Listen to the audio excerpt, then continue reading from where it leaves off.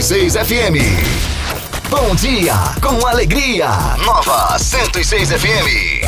A sua melhor manhã é aqui. Bom dia 106. Esta é a sua ZYT 607.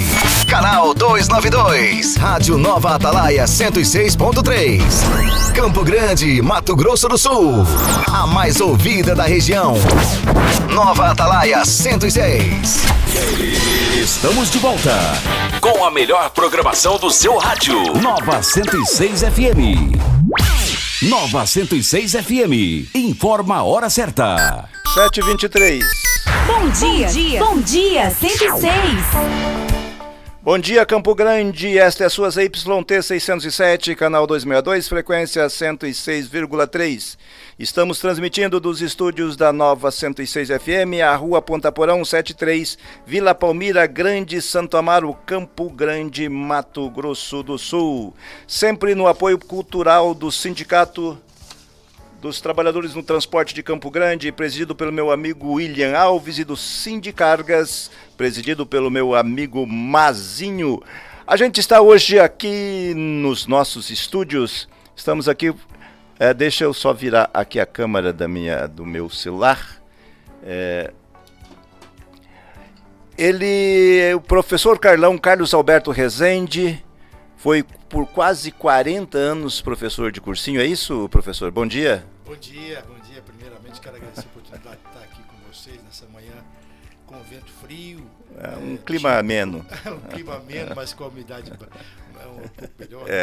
Obrigado pelo carinho de nos receber, a gente poder falar um pouco da nossa história aí com vocês. Professor, ele foi... na verdade, o motivo, não o motivo, né, mas a gente vai falar do grande...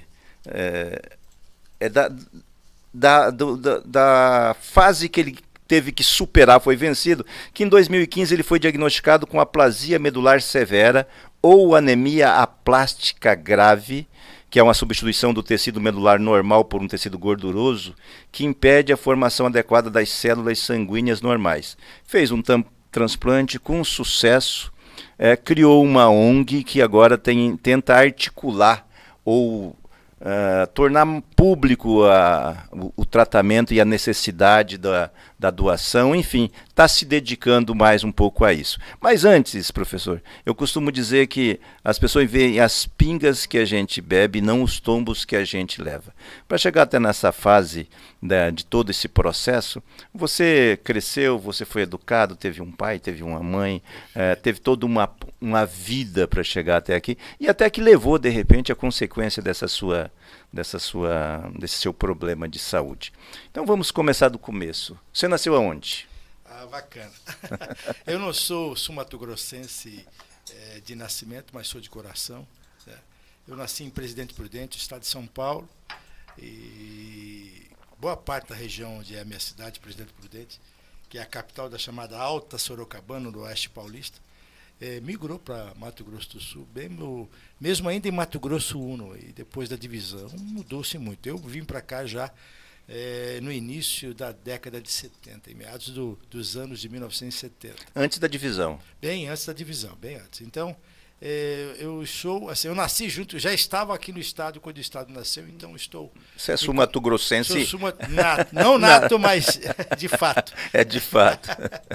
Eu amo essa cidade, amo esse estado, e aqui que eu não digo que cresci, porque eu sou muito alto, quer dizer, vivi minha vida inteira por aqui, me formei aqui, estudei aqui, passei toda a minha vida aqui, acompanho a história do estado com bastante afinco, e sou muito grato pelo acolhimento que o Estado... Você veio para cá com quantos anos? Qual a sua idade? Eu tinha 4 anos de idade. 4, 5 anos de idade. Então fez toda a formação escolar aqui. Estudou em que escola? Isso. Eu tenho hoje 59 anos, então estou há mais de 50 anos aqui no Estado, então praticamente daqui.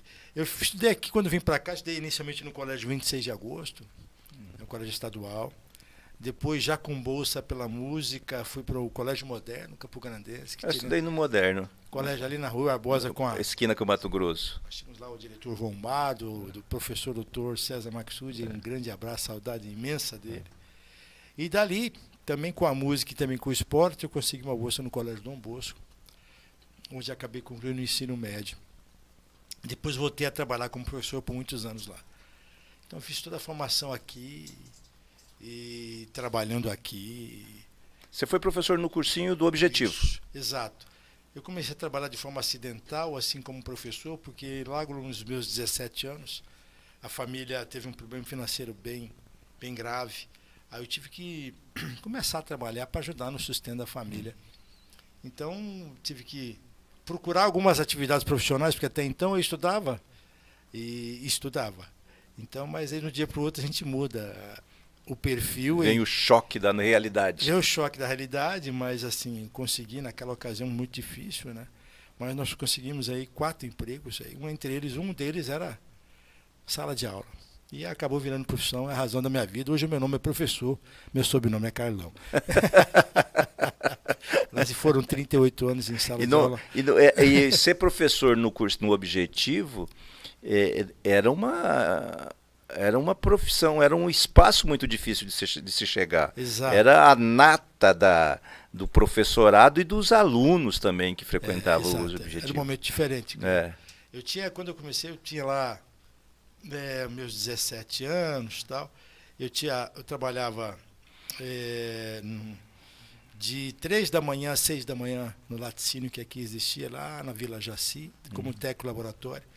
Aí eu saía de lá pedalando minha bicicletinha e até o posto de saúde especial, quase esquina ali com a Calógeras, com a Afonso Pena, atrás da casa do artesão. Uhum.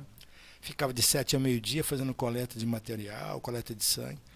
Aí saía de lá meio-dia, ia para um banco, era office boy de 1 até às 6 da tarde, depois ia dar aula numa escola pública até às 10h30. Aí pedalava, rodava a cidade, morava lá no Cabriúva, a região do Cabriúva, ali no São Francisco. E no outro dia, 2 horas da manhã, já pegava de novo. Dormia 3, 4 horas por dia. Não dava nem 3 horas direito. Fiquei assim quase 2 anos. Aí surgiu a oportunidade no Dom Bosco.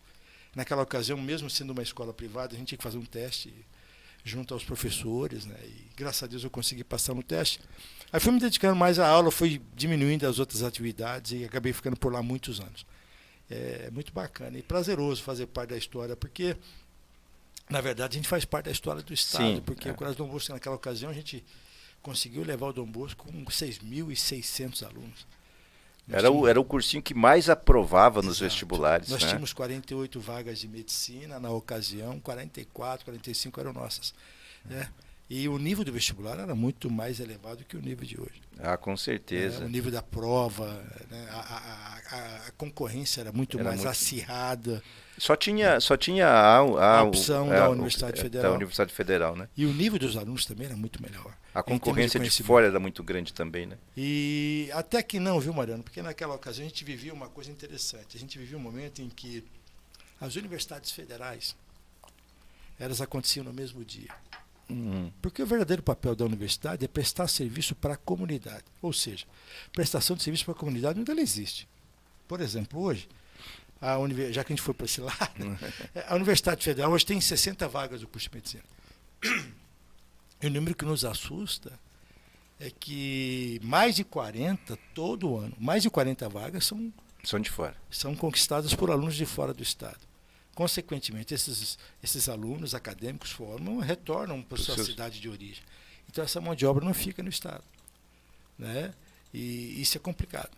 Né? Estou falando em 60 vagas, estou dizendo que mais de 40, eu acho que até mais de 40, realmente, tenho certeza disso, são de alunos de fora do Estado. Então, mas nossos alunos saem e vão para outras cidades. Sim, vão. Muitos não voltam.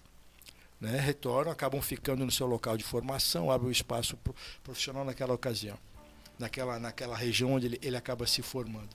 Então, eu acho que aquela ocasião, a gente tinha também alguns candidatos de fora. Não tantos quanto hoje. Mas era uma opção, ele fazia só em uma. Só em uma. Porque eu acho que é uma forma de você privilegiar o candidato local, porque a universidade é no estado de Mato Grosso do Sul.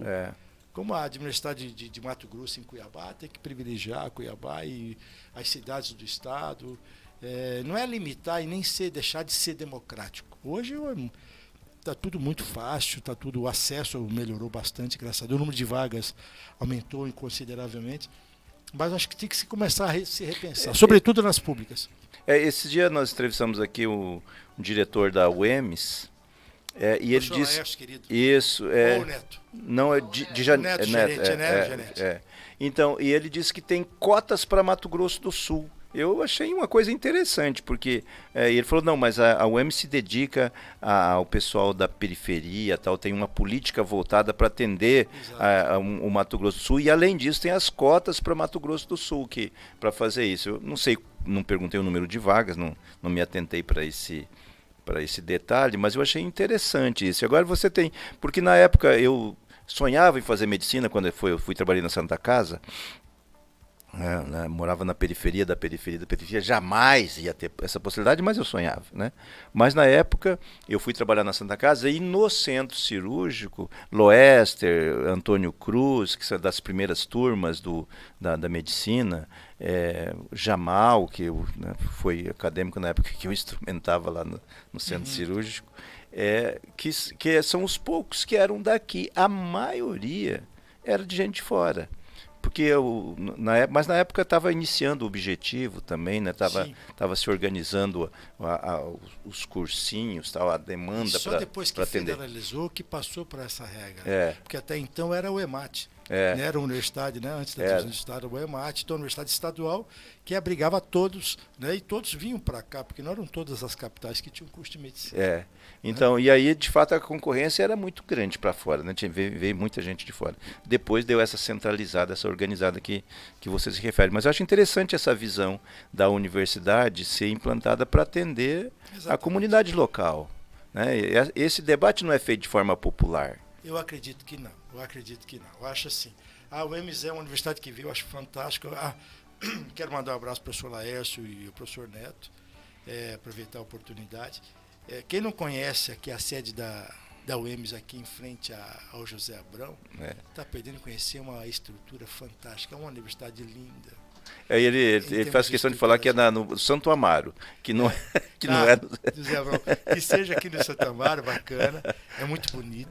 Muito. É um centro universitário muito bacana. E a gente espera que realmente cresça. Esse é o papel da universidade. As pessoas às vezes falam, mas a gente tem hoje muita gente que tem curso superior e acaba não exercendo a sua função ou a profissão que acabou fazendo e cursando. Mas eu acredito que é muito mais que isso. A formação, a educação, né? A contribuição o saber. O saber proporciona exatamente uma visão melhor de mundo, uma visão mais humana. O cara se torna cidadão, né? Cidadã. Exato. O saber, eu costumo dizer que é a única coisa que não te roubam. Não. Né? Nem sob tortura te tiram. Não te tiram. O saber é o saber. E exatamente. Mesmo sob tortura, você preserva essa sabedoria, entre eles os valores. Né? Porque a gente fala muito de educação, Mariano, e pensa apenas na formação acadêmica quando se fala de educação. No ganho, né? No ganho financeiro. O que eu vou ganhar quando eu me formar? Enquanto professor de cursinhos, assim, eu tive um privilégio fantástico e uma honra. Eu tive mais de 50 mil alunos só em Campo Grande. Louco. E assim, eu tive a oportunidade de ser eleito paraninfo melhor professor por mais de 2/3 da minha carreira. E isso é um orgulho realmente. Sim. Então, eu me entendo como professor educador.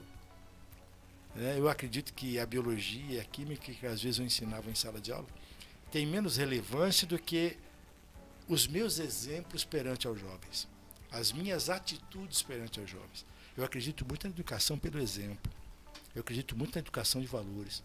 E tenho a certeza que o que mais importa hoje no processo de educação não é nem o processo da educação escolar que desenvolve a nossa característica, capacidade cognitiva de aprender matemática, aprender ciências, aprender geografia. São os valores que a gente aprende em casa. Nossa primeira escola é a família, com os valores, né? Com educação com limites, com uma educação que nos diga o que é certo, o que é errado, né? O sim e o não, né? O por favor, o obrigado. Né? Então nós temos que contribuir formando cognitivamente, formando o matemático, o enfermeiro, o médico, o advogado, mas que ele tenha princípios e valores. Por isso nós temos bons profissionais e profissionais que às vezes não são tão bons assim. Né? Então a gente tem que preocupar em formar uma pessoa feliz, primeiro. Depois, as demais situações são consequência dessa felicidade. É a busca individual já, né? É a busca individual. Mas desde que você seja criado num ambiente que pense na sua formação individual voltada para a coletividade. porque a gente não vive só. Né? A gente vai em vários ditados populares, a gente cria filho para o mundo, exatamente, a gente cria filho para a nossa ausência. Para que quando a gente não esteja, ele possa conviver com esse mundo aqui fora, que não é tão carinhoso e afetivo quanto o seio da família, de uma forma produtiva, de uma forma simpática, de uma forma crítica, mas respeitosa. Né? A gente viveu momentos aqui muito sérios de divergências e de pontos de vista sociais, econômicos, políticos, e manifestadas com a rede social, que trouxe e aflorou o ódio das pessoas quando ela era submetida a um ponto contrário ou a uma ideia que ela pensa de forma diferente. Nós sempre convivemos com o divergente é fundamental. Eu parto da seguinte brincadeira: se você olhar para a sua mão, os dedos da sua mão são iguais. É verdade. Consequentemente, os seres humanos também não são. Seria uma chatice se fosse tudo igual, né? Exatamente. Agora, o que não se pode perder é o respeito, não se pode perder o bom humor e não se pode perder o senso crítico. Estou divergindo de você porque eu penso assim. A minha liberdade termina quando começa o seu direito. Quando começa o seu direito. Pronto, se tiver isso como parâmetro... E isso não é a escola que ensina, são os valores que eu te disse dentro do seio familiar. Você aprende em casa. Às vezes o pai fala assim: pô, meu filho não come brócolis. Aí você perguntar para o pai: pai, você come brócolis na frente do seu filho? Quase sempre não. Entendeu? Então fica um pouco difícil. A educação com exemplos é muito mais efetiva e eficiente do que a educação apenas porque faço o que eu mando e não faço o que eu faço. É verdade. Mas, professor, todo esse tempo transmitindo saber, dividindo, compartilhando o saber, te fez o cidadão que hoje está aqui. Como é que... São 7h39, vamos começar a falar desse choque. Eu te conheci antes desse episódio, com militância política, nos encontros e tal. De repente eu vejo as notícias nos jornais que você estava fazendo transplante de medula. Como é que é? Foi de repente? Foi um choque? Como é que isso aconteceu? Então, uma doença que eu tive alguns sinais em 2002 e 2003, mas que não se efetivaram, com os exames de sangue um pouco alterados. Aí, em 2015, começa a aparecer alguns sintomas clássicos: uma anemia profunda, um cansaço tremendo, umas manchas pela pele. E você sempre foi atleta? Eu sempre pratiquei muito esporte, assim, mas fumante, eu fumava. Não de competição, né? Não. Mas cuidava do corpo. Enquanto jovem, até começar a trabalhar, ainda fazia algumas competições de atletismo. Depois a gente começa a trabalhar, a gente muda um pouco o ritmo, vai para o futebol, que é a nossa paixão, nosso esporte bretão. Né? Mas comecei a fumar logo depois, no finalzinho da adolescência, e fumei durante 35 anos. Então, como atleta, a nossa vida era futebol 2 vezes por semana e mais atividade profissional. Quando aos 51 anos eu recebi esse diagnóstico, eu tinha recém-completado 51 anos, em 2015, esses sintomas, uma hemorragia intensa, uma noite, eu comecei a sangrar no final da tarde e fui parar de sangrar pelo nariz pela manhã. E até então ainda eu já tinha perdido o papai, mamãe sob minha responsabilidade. E o meu irmão, não tem problema nenhum, meu irmão também foi dependente químico a vida inteira. Então eu sempre tive muita responsabilidade com isso.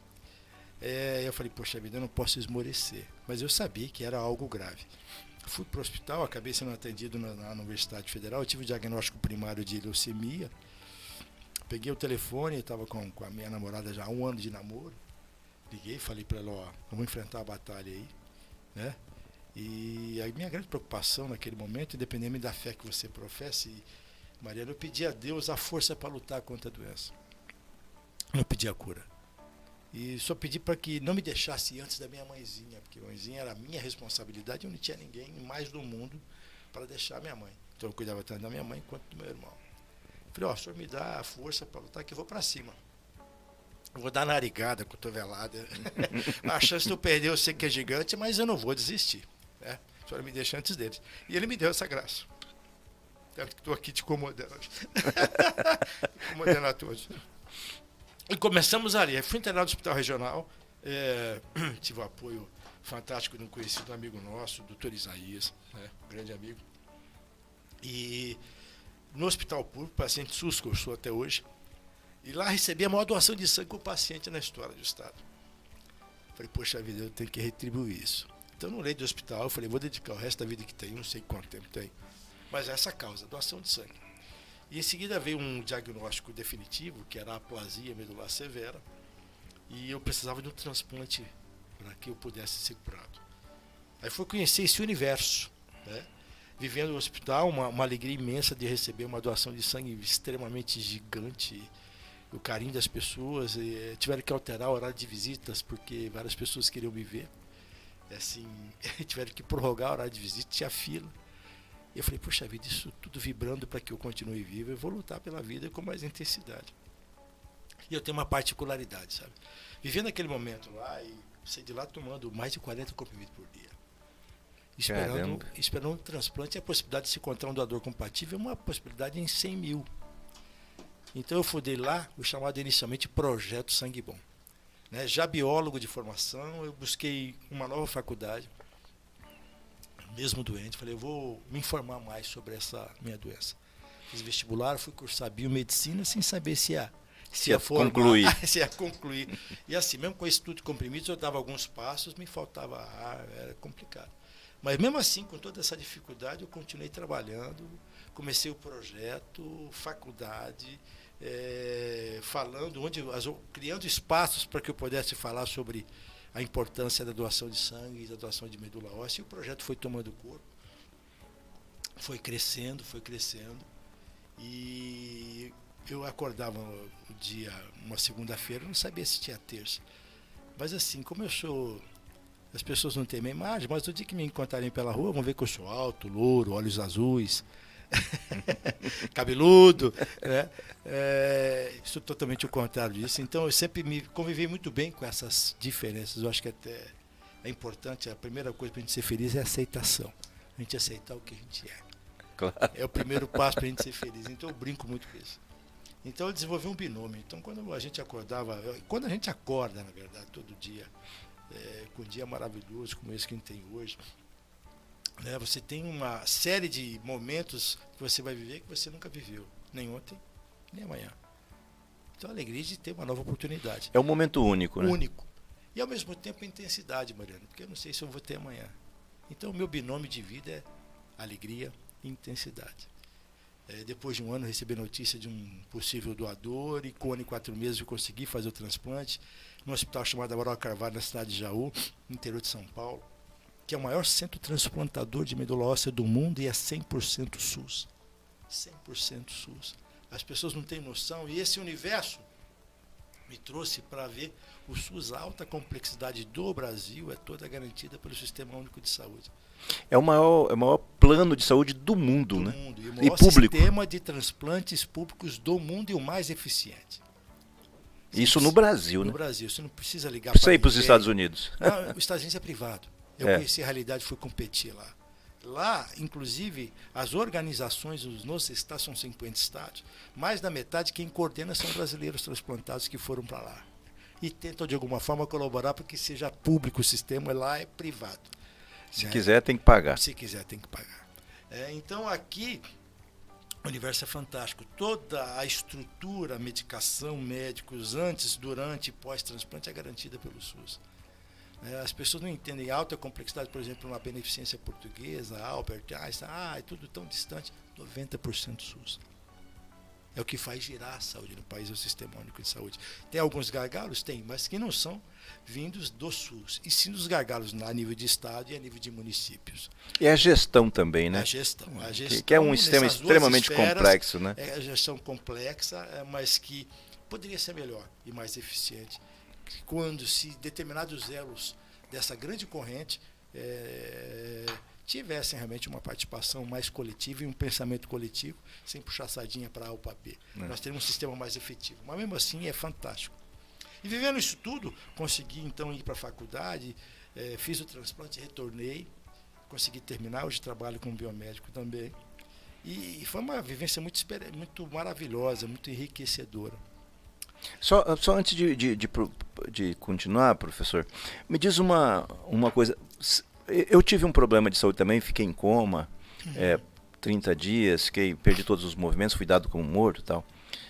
Só para a sensação que eu tenho hoje esse que você fala de que o momento é único, que a gente não sabe vai ter amanhã, mudou a sua percepção de vida do que é o dia de hoje? Muda. Mudou sim. Eu sempre fui muito intenso e muito alegre, mas quando naquela situação, a situação era realmente assim, séria, poderia não ter o dia seguinte, era real, né? No dia que eu recebi o diagnóstico, parei de fumar, né? Porque eu fumei por 35 anos, então muda a sua vida, começa aí. A sua percepção de mundo, ela realmente fica mais sensível. Porque a situação que você viveu, ela tem um drama que é 1 ano e 4 meses convivendo com uma doença que você não sabe o que vai ser. Eu fiquei em coma, eu fui operado, 48 horas depois eu entrei em coma, fiquei inconsciente, depois voltei e tive que lutar pela minha recuperação. Sim. Foi um negócio que o médico chegou e falou para mim, olha, você tem 2 anos, você pode ter uma vida, vai andar de cadeira de rodas, mas você vai ter uma vida legal, vai ter um bom... Aquele negócio, você vai ficar numa cadeira de roda, mas vai, né? Tá vivo. Mas você está vivo, né? E eu comecei, falei, não quero ficar em cadeira de roda. Como não tinha lesão, né? Era, sei lá o que era, não, eu quero andar. Fui para casa 15 de novembro, dia 5 de janeiro eu fiquei em pé, num andador. O primeiro dia que eu fiquei em pé. O prognóstico era para 2 anos, eu com 3 meses, 4 meses eu estava dirigindo o carro, graças a Deus. Mas eu não vivi esse drama da espera. Foi uma coisa, foi imediata, né? E depois a luta minha foi na recuperação de recobrar minimamente as condições. Mas você não, você teve uma angústia de você acordar e dizer como é que vai ser hoje. Exato. Né? Você sabia se eu teria amanhã. E isso é uma coisa muito interessante. E assim, eu já era uma pessoa muito com um senso de cidadania coletivo extremo. Isso aumentou realmente a minha forma de ver a vida. Eu sempre fui desapegado de matéria, hoje eu sou totalmente desapegado de matéria. A matéria tem que ser necessária para que me dê um conforto para a minha existência, mas tem pouquíssima relevância. O que vale realmente é o pequeno gesto. Porque o gesto de doação de sangue, doação de medula, doação de órgãos é um gesto de amor. É um gesto de amor, é um gesto de empatia, de se colocar no lugar de quem precisa. E vai exatamente ao encontro de que a gente estava conversando antes de falar sobre isso. Esse valor você não aprende na escola, você aprende em casa. Em casa. É a troca quando você é pequeno, né? Exato. Né? Então, para exemplificar, as pessoas entenderem o que eu estou dizendo, como o valor da família no processo de educação, fala-se tanto de educação, mas a educação principal está se perdendo porque as famílias estão deixando de cumprir o seu papel. Né? Você fala para um filho, olha, você tem que atravessar na faixa. Você passa em frente às escolas, na entrada e saída, principalmente as particulares hoje, que os pais levam as crianças, eles não usam a faixa. Eles param em fila dupla. O pai é um péssimo exemplo de motorista, pelo menos. Então faço o que eu mando e não faço o que eu faço. E a criança vai ser educada pelo exemplo. Então acaba se oferecendo à criança uma sensação de exclusividade que não existe. O mundo não pode ser exclusivo porque nós vivemos em comunidade. O mundo tem que ser inclusivo, incluir a todos. E para que seja possível, nós temos regras a serem cumpridas. Então, educar pelo exemplo e no seio familiar é fundamental. Então, o que eu vivi enquanto cidadão naquele momento me faz hoje um cidadão que vive a gratidão. Eu tenho a gratidão de relação vertical por Deus ter me possibilitado essa segunda chance. E a minha gratidão horizontal é para o meu país, Maria. Eu sou um paciente SUS. Eu estou vivo graças ao SUS. E todo transplantado brasileiro está vivo graças ao SUS. Então, por ter essa dívida impagável com Deus e com o meu país, eu luto incansavelmente todos os dias com o meu instituto para que mais brasileiras e mais brasileiros tenham a graça que eu estou tendo de me manter vivo e tendo um padrão de vida com qualidade. Por isso que o instituto hoje existe. Hoje o meu instituto, que era um projeto, quando eu voltei do transplante, levei instituto, hoje ele é uma OCIP, agora 14 de junho próximo. Nós temos uma capacidade ampliada de atuação e até então, até hoje, o instituto não tem conta bancária, eu não aceito doações em dinheiro. Ano passado, você tem noção do tamanho do instituto em volume de ações, nós realizamos em 2022 505 ações. Esse ano fechamos 352 ações já executadas. O Instituto tem vários produtos, tem a corrida Sangue Bom, tem um sangue bom nos hospitais, tem um sangue bom nas empresas, sangue bom nas escolas, sangue bom nas universidades. Eu tenho várias frentes que eu acabo consolidando, formando parcerias com empresas privadas, né, com repartições públicas, com empresas mistas, em que eu firmo a parceria, executo, levando uma palestra chamada Mitos e Verdades sobre a Doação, porque os grandes mitos sobre o que é uma doação de sangue, o que é uma doação de medula óssea, levando informação técnica científica e, ao mesmo tempo, sensibilizando com a minha história para que a pessoa entenda o tamanho do gesto que é estender o braço, para que o sangue possa ser colhido e salvar a vida de alguém. Tendo pleno entendimento que nós somos uma grande aldeia global.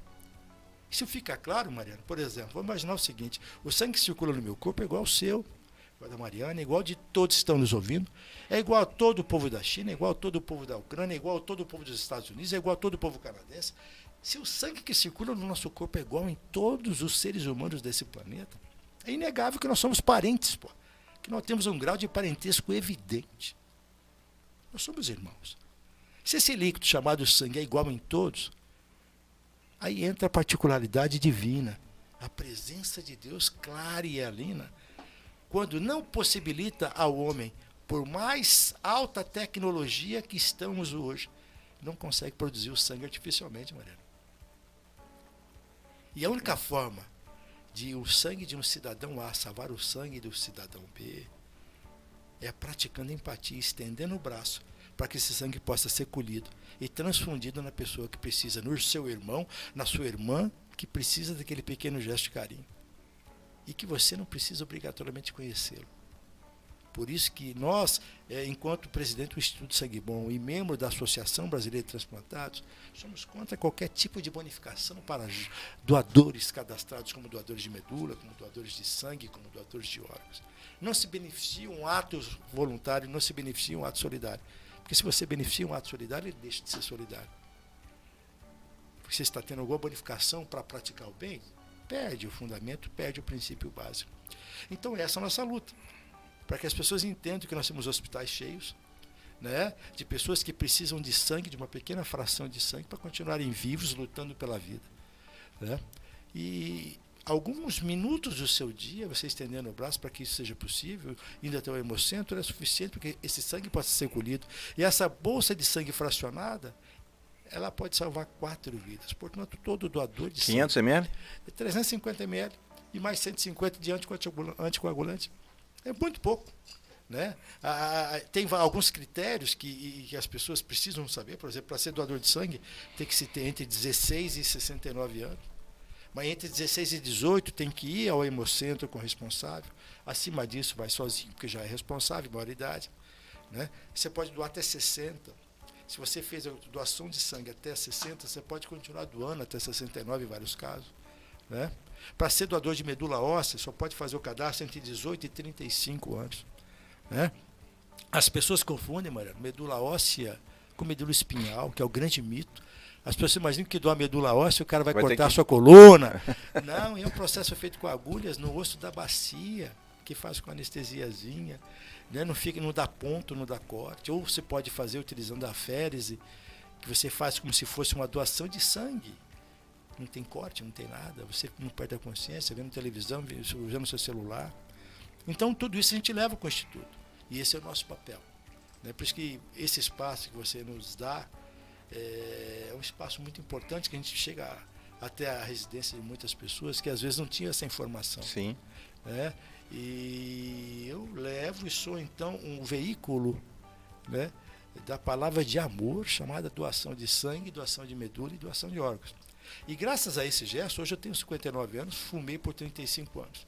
Quando estava internado, recebendo o meu transplante, eu vi uma matéria de 2 matérias na televisão sobre esporte para transplantados. E eu falei, poxa, eu quero isso aí.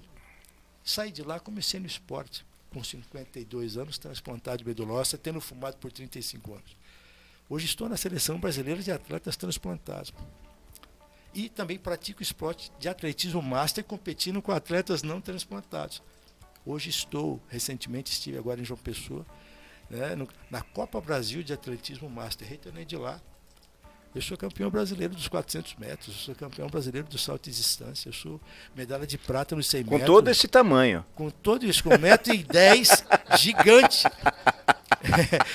Graças a esse gesto de amor, transformou a minha vida. Então esse gesto de amor transforma a vida de quem doa, que se tornou meu filho, é um menino que tem 30 anos, mora em Rio Azul, no Paraná, uma cidade gigante, com 3 mil habitantes.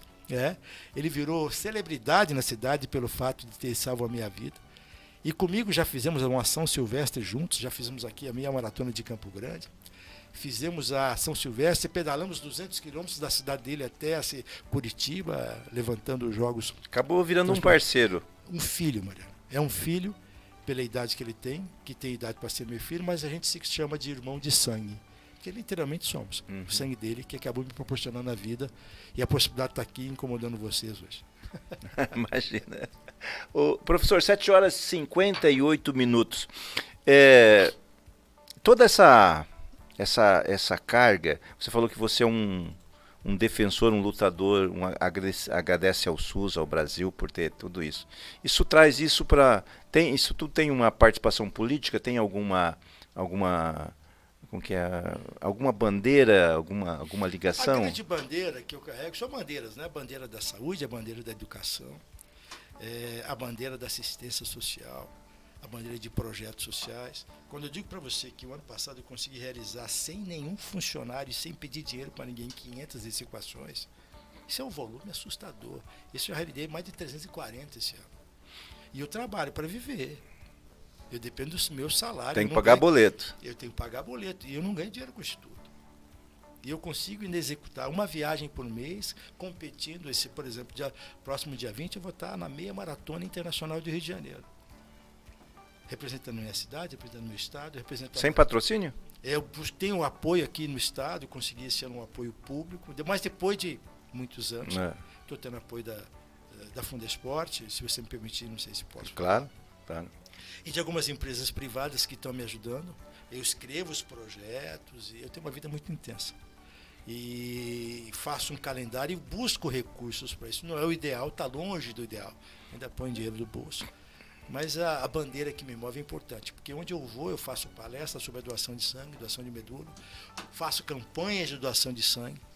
E a corrida, ou a competição, porque eu faço competição no ciclismo, no atletismo e em corridas de rua, é a cereja no bolo. Então eu uso o esporte como grande ferramenta para falar desse gesto de amor. Isso é tão sério que dia 14, quando eu virei o CIP, eu tenho o meu treinador, que é um ex-aluno meu, que é o Cleberson Yamada, que mora em Campo Grande, em São Paulo. Ele é o comentarista do Band Esportes, de atletismo da rede em São Paulo. E ele me treina e ele é hoje, dentro do instituto, ele é o coordenador técnico do nosso clube ISB de atletismo. Nós já escrevemos o projeto, já enviamos nosso pedido de filiação, já estamos filiados à Federação Sul-Mato-Grossense de Atletismo e à Confederação Brasileira de Atletismo. Vamos para o dia 26 e 27 agora de agosto, para a nossa primeira competição com nossos atletas. Olha, nós temos um time na formação de atletas infantil para adolescente, adulto de alta performance, com comorbidades e não, e também master. Junto com o professor Antônio Grande, que é o coordenador da residência médica da Universidade Estadual de Mato Grosso do Sul, escrevemos um projeto e compramos uma academia. Que vamos inaugurar dia 13 aqui nessa região, da Noero Itália. Tá? Uma academia que vai estar disponível para toda a população, gratuitamente. Que interessante. E vai ser utilizada para a formação dessas nossas crianças e atletas e também para a população em geral, dentro do posto de saúde, gratuitamente. E o que é lá o grande legado disso?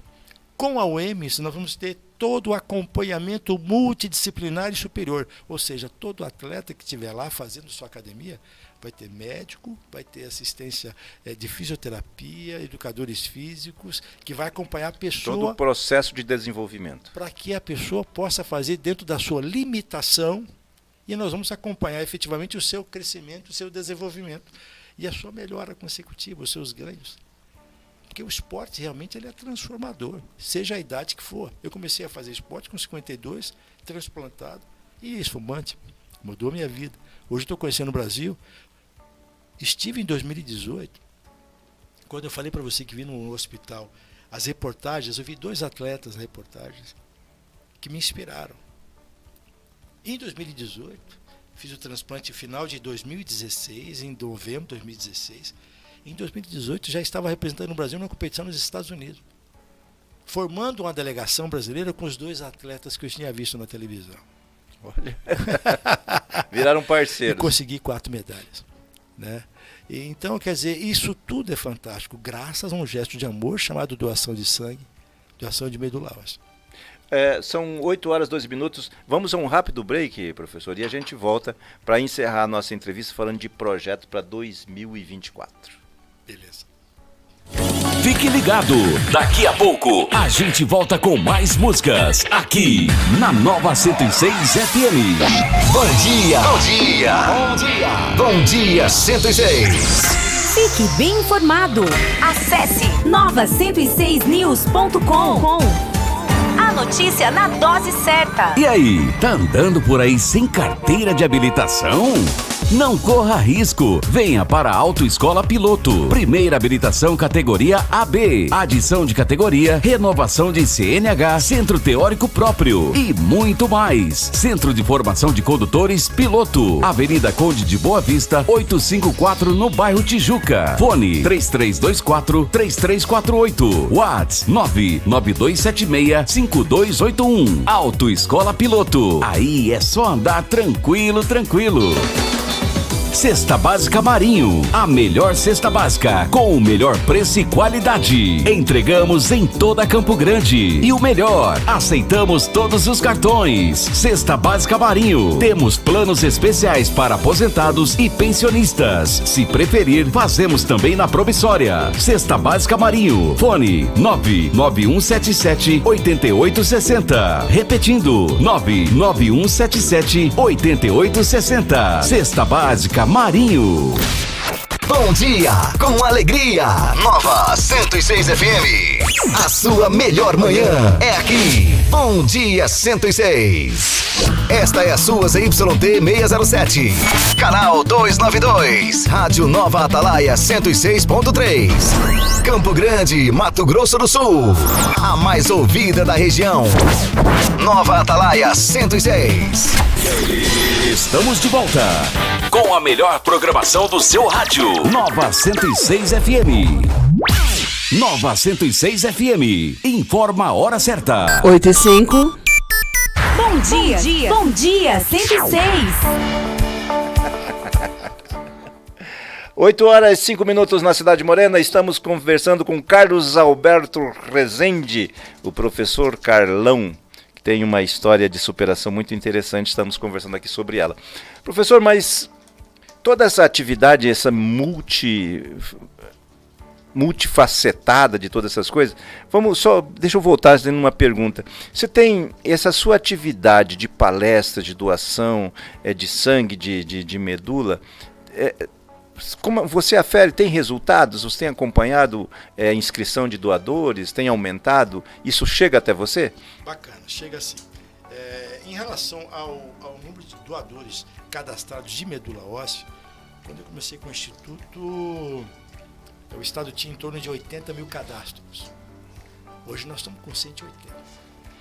Já cresceu mais de 100%. Cresceu mais de 100%. E quando aumentou 50 mil do início da minha atividade em 2015 para em diante, nós alcançamos 50 mil novos cadastros. Eu fiz um grande desafio, chamado Desafio 50.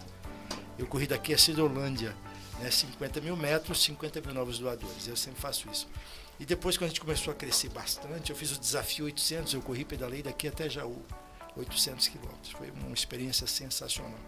Então, em número de medulas, a gente vem aumentando. Não na velocidade que eu gostaria que se aumentasse, mas vem aumentando. Ainda, como tem limitações, a gente contribui de uma forma bastante efetiva, mas poderíamos fazer mais. E em relação ao doador de sangue, é bom você perguntar isso, é assustador. O momento pós-pandemia que a gente vive, a gente imaginava que durante a pandemia nós sentimos até mesmo falta daquelas pessoas que a gente não tinha tanta afetividade. Até de uma discussão a gente tinha saudade. Até de um debate fervoroso a gente sentiu falta. De um aperto de mão nós sentimos falta. A gente imaginou que o volume de doadores ia ser imenso. Não. A pandemia, da mesma forma que as fake news e a utilização incorreta da rede social, ela despertou o pior das pessoas em muitos aspectos, né?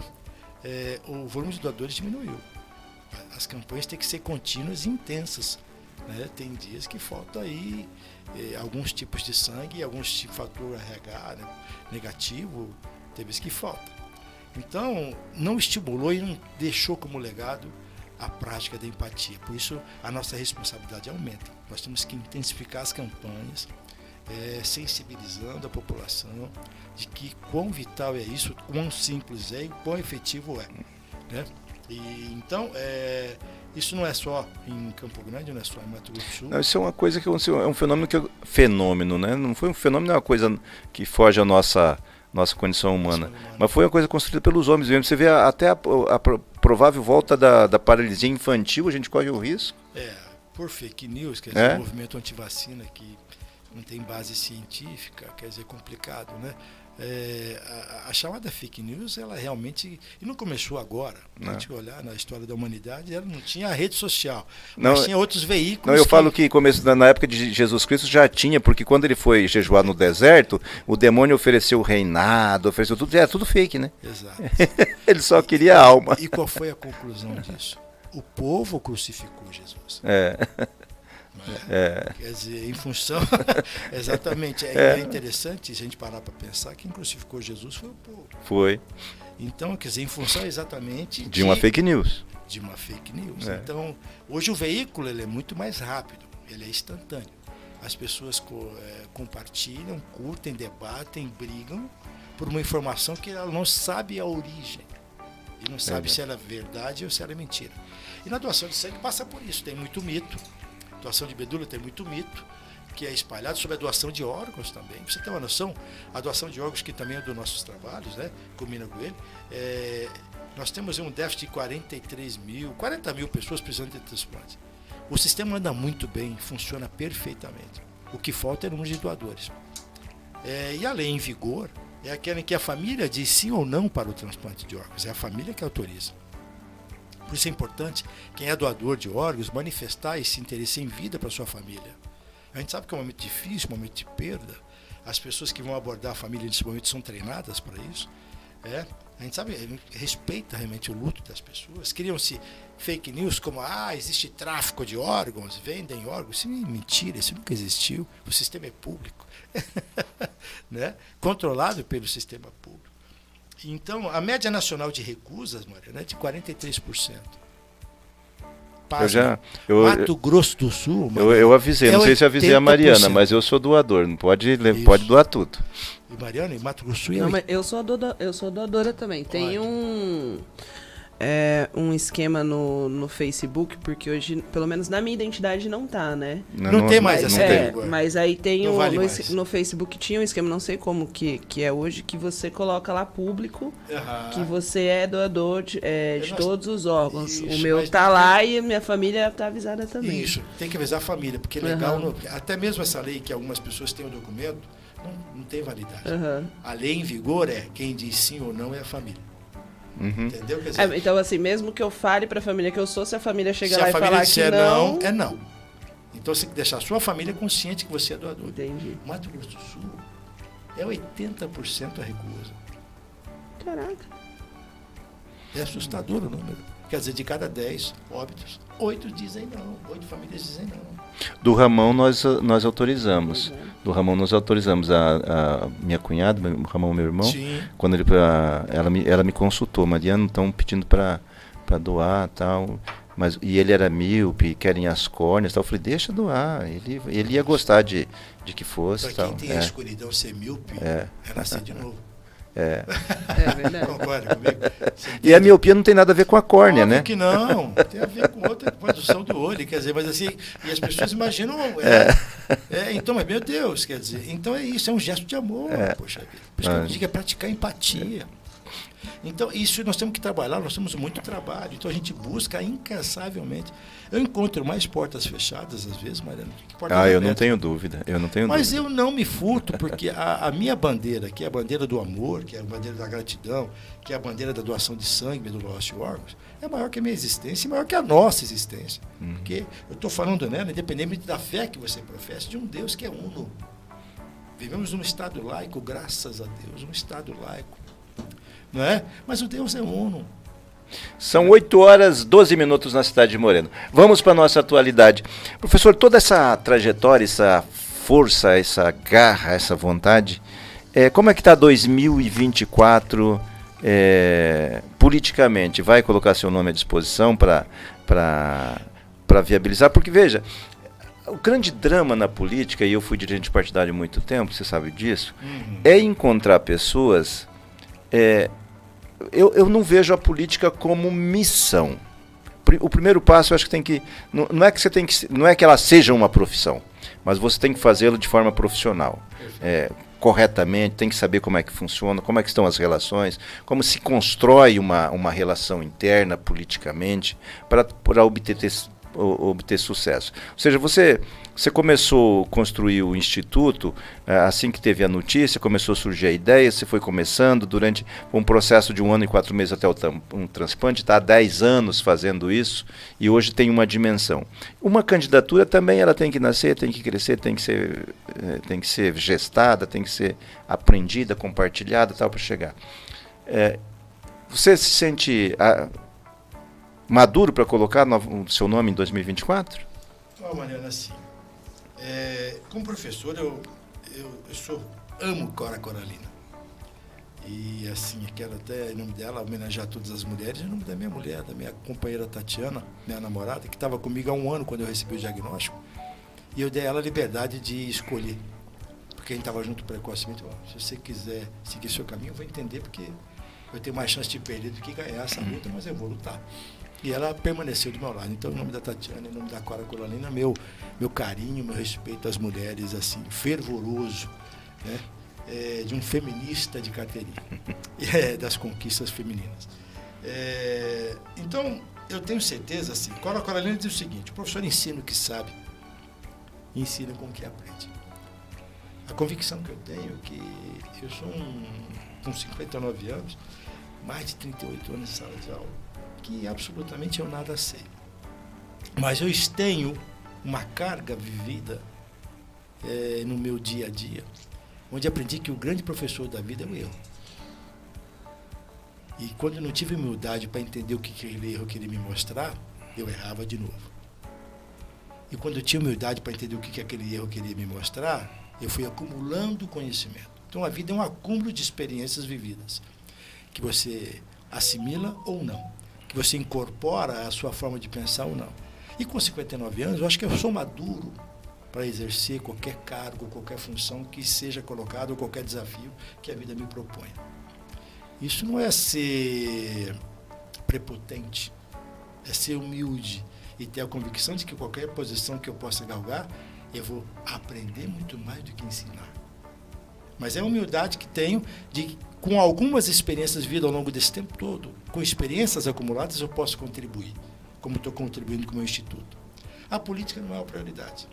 A política é um veículo que eu preciso utilizar para que eu possa executar aquilo a que me propõe com o instituto. Na saúde, na educação, na assistência social, no poder transformador da sociedade. Mas não é a minha prioridade. Mas eu tenho recebido realmente muitos convites, muitas conversas sobre isso, para que essa bandeira possa ter não só essa força que a gente tem hoje, e o que eu tenho que bater na porta, e quem conviver com a política, conviver com o privado, a dificuldade. A política ela pode, de repente, abrir portas para essa bandeira. Pode abrir portas para se discutir essa bandeira, com conquistas. Por exemplo, eu estou diretor nacional da Associação Brasileira de Transplantados. Eu sou diretor regional Centro-Oeste. Nós estamos com um projeto de lei que é o Estatuto Transplantado, que está na 3ª comissão em Brasília. É o PL 4613. Né? E a gente não quer nenhum privilégio. Olha só. O que a gente quer com o nosso estatuto é que a gente possa voltar ao mercado de trabalho e viver com felicidade. Porque a garantia já não é dada pelo SUS. O que nós queremos é voltar ao mercado de trabalho. Queremos é voltar a viver, porque nos foi dada a segunda chance. Quer ser cidadão pleno. Exato. Da mesma forma que, politicamente, nós escrevemos junto, colaboramos com um projeto que foi aprovado pelo presidente Lula dia 12 de janeiro, que amplia a capacidade e ficou na gaveta 4 anos, que facilita o encontro do doador compatível de medula óssea. Quando em uma determinada situação, o cidadão que está cadastrado mudou de cidade, não mudou de telefone, o sistema não o encontra. E nós perdemos bom número de doadores, porque não consegue se contactar o doador cadastrado. E a gente solicitava, então, nesse projeto, que, nesse caso, e excepcionalmente nesse caso, fosse consultada a Secretaria da Receita, que tem os dados com o endereço atualizado, com o contato atualizado, para que esse doador fosse contactado, para que ele pudesse ser chamado a fazer a doação, já que o processo é voluntário. Ele vai dizer sim ou não. Isso foi assinado dia 12 e já está tendo efetividade. O presidente assinou esse ano, o presidente Lula sancionou. E nós estamos vendo que os números já estão melhorando, estamos conseguindo encontrar esses doadores. Então, essa atuação política que a gente pode fazer, por exemplo, uma delas, um dos exemplos, em que a atuação política, na situação e na bandeira que eu defendo, pode ser e atuar efetivamente. No debate com os pares, seja no Legislativo Municipal, no Legislativo Estadual, no Legislativo Federal, seja o pano de fundo, porque quando se fala em gesto de amor, eu falo em todas as frentes. Saúde, educação, assistência social, o esporte, que é uma grande bandeira. Então, eu convivo com tudo isso hoje com o meu instituto. Estou falando para você que já passamos aí o número de 300 ações esse ano. E não temos sequer um funcionário, temos sequer uma sede física, temos sequer uma conta bancária. Então, se a gente pode efetuar e ser efetivo, é difícil aceitar que uma estrutura que você tem assessoria, que você tem verbas, você não consegue produzir. Eu sou extremamente resolutivo. A idade nos traz essa capacidade de resolutividade, de encurtar caminhos, por toda a experiência que eu disse para você, da experiência acumulada. Não que sabemos mais, não, é a certeza que sabemos menos. Mas a certeza que aprendemos com os erros e que não queremos cometê-los novamente. Mas para isso tivemos humildade. E a certeza que não tem medo de tentar. Não temos medo de tentar. E nós temos esse espaço, enquanto na vida terrena, de tentar executar e olhar para o próximo como um irmão, efetivamente. E mudar positivamente a vida dele. Então, confesso a você, 2024 é um ano que ainda, politicamente, não tem uma definição. Estou recebendo muitos convites, estou pensando realmente com a minha namorada, pensando realmente com os meus amigos, porque a gente, quando coloca o nome à disposição, muitas pessoas podem imaginar... Mais um. E tem um desgaste tremendo a carreira política no país, infelizmente. Mais um está vindo aí. E a gente sabe o quão difícil é, num plenário que tem múltiplas formas de pensar, se debater isso. Mas para se debater tem que ser verbal, tem que se ter conhecimento. Eu acho que esse pequeno acúmulo que eu conquistei, eu acho que me possibilita sentar, olhar no olho de todo mundo, respeitar as opiniões em contrário, mas colocar meu ponto de vista, ser crítico, ser colaborativo, debater ideias e usar, de repente, a política para que todas essas conquistas que a gente tem com o Instituto possam ser amplificadas, para que a gente alcance um número maior de pessoas alcançadas com o esporte, alcançadas com a educação, alcançadas com a saúde, e colaborar com esses segmentos com essa grande bandeira do amor. Eu digo que essa minha bandeira é a bandeira do amor, é a bandeira da gratidão. Porque eu tenho convicção que daqui não vou levar absolutamente nada. Mas eu posso deixar para quem vem depois de mim, para quem me sucede, um mundo melhor do que eu recebi. Mundo mais consciente, pelo menos. Né? Um mundo, pelo menos, mais sensível a olhar para o próximo, que pratica empatia. Né? Que a desigualdade social incomode. É impossível a gente ficar debatendo aqui o volume da bolsa, sabendo que o continente africano tem fome. Trazendo para a nossa realidade, é impossível ser feliz e olhar na esquina uma criança pedindo o que comer. E não se incomodar com esse gesto. E, ao mesmo tempo, como se está hoje, se julga dizendo que se eu ajudo uma criança, um jovem, um adulto que está na esquina, eu estou estimulando ele a prática do uso de drogas. Aí tem o papel do Estado, que tem que estar com a segurança, tem que estar com a assistência social, protegendo essa pessoa. O que você não pode deixar é estar dentro do seu carro, num sinaleiro, com 40 graus de temperatura, dentro do ar-condicionado, uma criança te estender a mão, ou alguém trabalhando, tentando te entregar o panfleto, você nem abrir o vidro para falar, pelo menos, pegar o panfleto, fechar o vidro e agradecer. E não se sensibilizar com aquela situação adversa.